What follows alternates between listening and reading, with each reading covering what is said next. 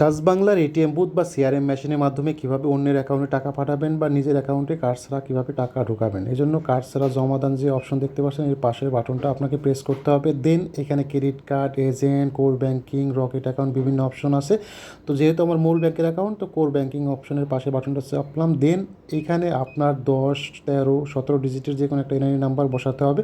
বসানোর পর সঠিক অপশনে প্রেস করে দিবেন। প্রেস করার পরে এইখানে একটা মোবাইল নাম্বার দিতে হবে, যেই মোবাইল নাম্বারটাতে একটা ওটিপি যাবে, সেই ওটিপিটা আবার পুনরায় বসাতে হবে। সো আপনার কাছে যে মোবাইল নাম্বারটা আছে সেই নাম্বারটা দিয়ে সঠিক অপশনে প্রেস করে দেবেন।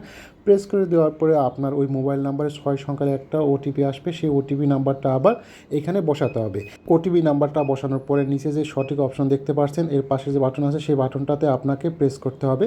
সঠিক বাটনের প্রেস করার পরে দেন আপনি যেই অ্যাকাউন্টে টাকা পাঠাতে যাচ্ছেন ডাচ বাংলার, সেই অ্যাকাউন্ট নাম্বারটা এখানে দিতে হবে। ডাচ বাংলার 13 ডিজিটের অ্যাকাউন্ট নাম্বার দিতে হবে। দেন আপনি এখানে যে সঠিক অপশন আছে সঠিক অপশনে প্রেস করলে আপনি যে অ্যাকাউন্টে টাকা পাঠাচ্ছেন সেই অ্যাকাউন্ট হোল্ডারের নাম এবং অ্যাকাউন্ট নাম্বার দেখাবে। যদি সব কিছু ঠিক থাকে তাহলে সঠিক অপশনে প্রেস করে দেবেন বা নিশ্চিত করে দিবেন।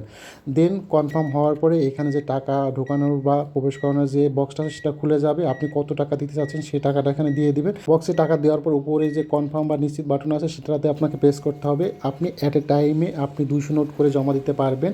আপনি কত টাকা জমা দিয়েছেন সেটা মেশিন গুনে ডিসপ্লেতে শো করবে। আপনি সেই টাকাটা কনফার্ম হওয়ার পরে দেন কনফার্ম অপশনে প্রেস করবেন। আপনি যদি আরও টাকা জমা দিতে চান তাহলে নিশ্চয়ই অ্যাড ক্যাশ আছে, এটা ক্লিক করলে আপনার বক্সটা আবার খুলে যাবে। আপনি যদি কনফার্ম করতে চান তাহলে কনফার্ম বাটনে ক্লিক করে দিলে আপনার এই অ্যাকাউন্টে টাকাটা যে পরিমাণ জমা দিয়েছেন সেই টাকাটা জমা হয়ে যাবে এবং এখানে কিছুক্ষণ ওয়েট করতে হবে।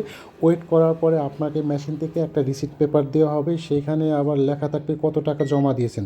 কোনো চার্জ ছাড়াই সম্পূর্ণ ফ্রিতে ডাচ বাংলার এটিএম বুথ বা সিআরএম মেশিনের মাধ্যমে অন্যের অ্যাকাউন্টে এভাবে আপনি টাকা পাঠাতে পারবেন বা নিজের অ্যাকাউন্টে টাকা ঢোকাতে পারবেন। ধন্যবাদ।